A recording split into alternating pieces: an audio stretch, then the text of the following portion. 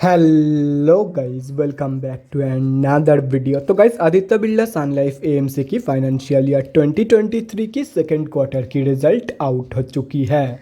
तो गाइस, इस वीडियो में हम लोग यही देखेंगे कि कंपनी ने सितंबर 2022 की क्वार्टर में कैसी परफॉर्म की है, क्या क्या पॉइंट्स इंप्रूव हुई है एंड कहाँ कहाँ पे कंपनी ने डिटोरिएट की है, और कंपनी की फंडामेंटल्स भी चेक करेंगे और समझेंगे कि क्या ये कंपनी पैसे लगाने लायक है या नहीं।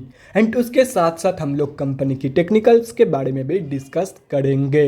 तो गाइस, बिना टाइम वेस्ट किए कंपनी की फंडामेंटल एनालिसिस करते हुए वीडियो को शुरू करते हैं। तो गाइज, अगर इस कंपनी की बिजनेस के बारे में डिस्कस करें तो this company offers mutual fund services, portfolio management services, offshore and real estate offerings, and this company is set up as a joint venture between the Aditya Birla Capital Limited and Sun Life AMC. ये company both BSC and NSC में listed है। तो अभी अगर इस company की कुछ important figures के बारे में बात करें तो 11,887 करोड़ की है कंपनी की मार्केट कैप, 18.6 की पी है, 44.8% है कंपनी की आरओसी एंड 34.5% है कंपनी की return on equity. Last 6 months के रिटर्न के साथ साथ लास्ट 3 साल की सेल्स ग्रोथ भी कंपनी की नेगेटिव में जा चुकी है। कंपनी अभी अपनी बुक वैल्यू से बहुत ही ज़्यादा ऊपर ट्रेड कर रही है। डिविडेंड यील्ड 2.78% है एंड फेस वैल्यू 5 रुपये की है। तो अभी अगर इस कंपनी की सितंबर क्वार्टरली की रिजल्ट के बारे में डिस्कस करें तो सितंबर 2022 की क्वार्टर की अनऑडिटेड स्टैंडअलोन फाइनेंशियल रिजल्ट आप लोगों के सामने है। एंड यहाँ पे जितने भी सारे फिगर्स दिया हुआ है वो सब लैक्स में है। तो गाइज, सबसे पहले हम लोग कंपनी की इनकम चेक करते हैं। तो सितंबर 2022 की क्वार्टर में कंपनी ने अप्रॉक्सीमेटली 382 करोड़ की इनकम जनरेट किया है। और अगर ये जून 2022 की क्वार्टर एंड सितंबर 2021 की क्वार्टर से कंपेयर किया जाए तो जून 2022 की क्वार्टर में कंपनी ने अप्रॉक्सीमेटली 268 करोड़ की इनकम जनरेट किया था एंड सितंबर 2021 की क्वार्टर में अप्रॉक्सीमेटली 365 करोड़ की इनकम। तो ईयर ऑन ईयर बेसिस पे and quarter on quarter basis पे दोनों में ही कंपनी ने एक बहुत ही बढ़िया इनकम ग्रोथ दिखाई है इन सितंबर 2022 की क्वार्टर। तो अभी अगर इस कंपनी की नेट प्रॉफिट मतलब प्रॉफिट आफ्टर टैक्स के बारे में बात करें तो सितंबर 2022 की क्वार्टर में कंपनी ने अप्रॉक्सीमेटली 190 करोड़ की प्रॉफिट पोस्ट किया है। जून 2022 की क्वार्टर में कंपनी ने अप्रॉक्सीमेटली 102 करोड़ की प्रॉफिट पोस्ट किया था एंड सितंबर 2021 की क्वार्टर में अप्रॉक्सीमेटली 170 करोड़ की प्रॉफिट। तो ईयर ऑन ईयर बेसिस पे and quarter on quarter basis पे अगेन यहाँ पे भी कंपनी ने एक बहुत ही बढ़िया ग्रोथ दिखाई है। और रही बात कंपनी की ईपीएस की, तो कंपनी की जो अर्निंग्स पर शेयर की ग्रोथ है वो भी कंपनी की प्रॉफिट एंड इनकम ग्रोथ की तरह ही बहुत ही बढ़िया निकल के आ रही है on both year on year basis and quarter on quarter basis.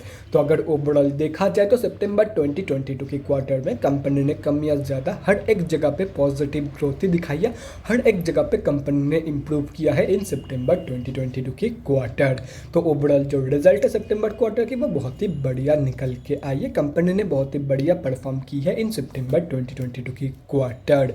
तो अभी अगर इस कंपनी की बैलेंस शीट की हेल्थ के बारे में डिस्कस करें तो हाफ ईयरली बेसिस पे कंपनी की रिजर्व के साथ साथ डेट भी इंक्रीज हुई है। लेकिन अगर देखा जाए तो रिजर्व स्लाइटली ज़्यादा इंक्रीज हुई है कंपेयर टू कंपनी की डेट, मतलब बैलेंस शीट की हेल्थ इंप्रूव हुई है on half yearly basis. And अगर ओवरऑल भी देखा जाए तो डेट की कंपैरिजन में 10 गुना से भी ज़्यादा की पॉजिटिव रिजर्व मौजूद है कंपनी के पास। तो ओवरऑल जो बैलेंस शीट की हेल्थ है वो तो बहुत ही ज़बरदस्त है ही है एंड उसके साथ साथ ये एक ऑलमोस्ट डेट फ्री कंपनी भी है। तो अभी अगर इस कंपनी की कैश फ्लोज के बारे में बात करें तो कैश फ्लोज की जो कंडीशन है वो डिटोरिएट हुई है इन फाइनेंशियल ईयर 2022। लेकिन अगर देखा जाए तो अभी भी कंपनी के पास जो कैश फ्लोज मौजूद है वो पॉजिटिव में है। तो ओवरऑल कैश फ्लोज की जो कंडीशन है वो ठीक ठाक निकल के आ रही है। और रही बात कंपनी की शेयर होल्डिंग पैटर्न की, तो गाइस सितंबर क्वार्टरली की शेयर होल्डिंग पैटर्न आप लोगों के सामने है।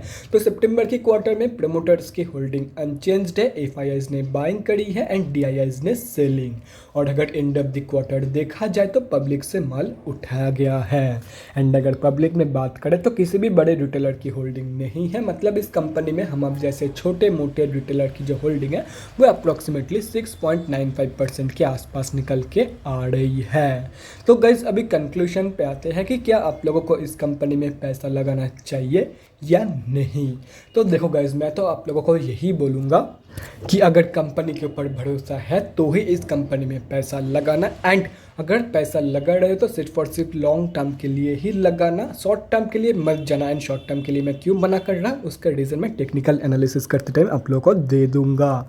तो गाइज बिना टाइम वेस्ट के कंपनी की टेक्निकल एनालिसिस अभी स्टार्ट करते हैं।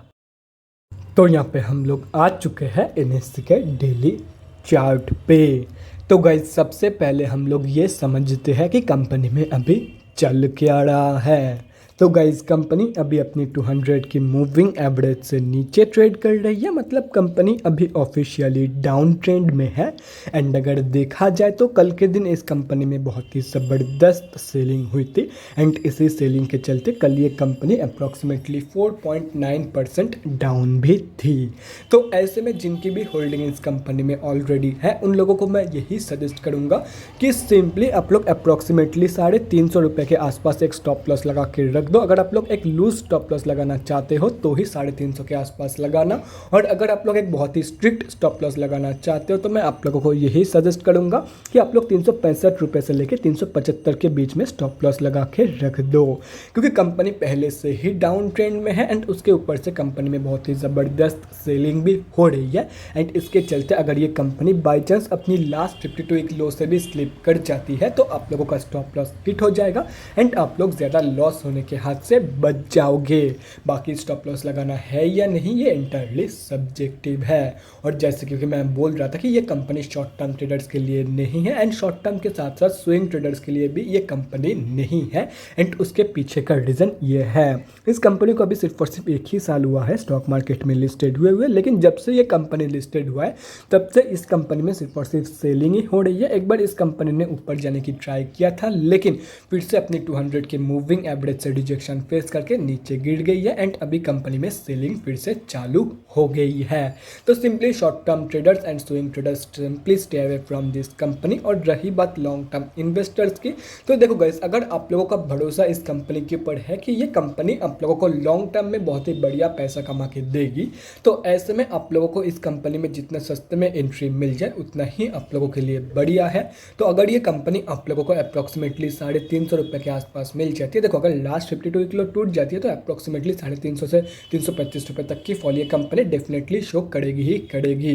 तो आप लोग को डेफिनेटली ये कंपनी 350 रुपये के आसपास मिल ही जाएगी। एंड अगर ये लास्ट 52 किलो नहीं भी तोड़ती है तो भी ये कंपनी आप लोग को 400 रुपये के आसपास तो मिल ही जाएगी, 390 से 400 के बीच में तो मिल ही जाएगी। उसके आसपास भी आप लोग एंट्री प्लानिंग कर सकते हो इन दिस कंपनी।